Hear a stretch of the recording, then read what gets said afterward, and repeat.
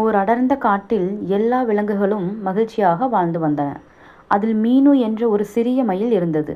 தனது மங்கலான பழுப்பு மற்றும் நீல நிற தோகையை பார்த்து தினமும் வருத்தப்பட்டு கொண்டே இருந்தது. மற்ற மயில்களைப் போல அழகாக இல்லை என்று எண்ணி தன்னம்பிக்கையை இழந்திருந்தது. ஒரு நாள் காட்டில் ஒரு பெரிய ஓவியப் போட்டி ஒன்று நடந்தது. விலங்குகள் எல்லாம் தங்கள் அழகை காட்ட வந்தன. அதை பார்த்து மீனு மிகவும் வருத்தமாக சோகமாக இருந்தது. அப்பொழுது திடீரென்று வேட்டைக்காரர்கள் வந்துவிட்டார்கள்.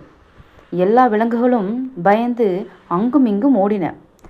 ஆனால் மீனுவின் மங்கலான தோகை உலர்ந்த இலைகளோடு கலந்து விட்டதால் அதை யாராலும் கண்டுபிடிக்க முடியவில்லை. மறைந்து கொண்டிருந்த மீனு வேட்டைக்காரர்கள் சென்ற வழியை கவனித்து உடனே மற்ற விலங்குகளிடம் சென்று எச்சரித்தது.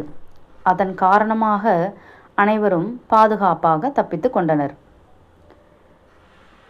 மறுநாள் சிங்கராஜா, நம்மை காப்பாற்றியது மீனுவின் தைரியம் மட்டுமல்ல, அது குறை என்று நினைத்த அதன் தனித்துவமான தோகையும் தான் என்று பாராட்டினார். அப்போதுதான் மீனுவிற்கு ஒரு உண்மை புரிந்தது. நாம் குறை என்று நினைப்பது கூட சரியான நேரத்தில் நம் மிகப்பெரிய பலமாக மாறலாம். அதனால் உங்களின் தனித்துவத்தை ஒருபோதும் குறையாக நினைக்காதீர்கள்.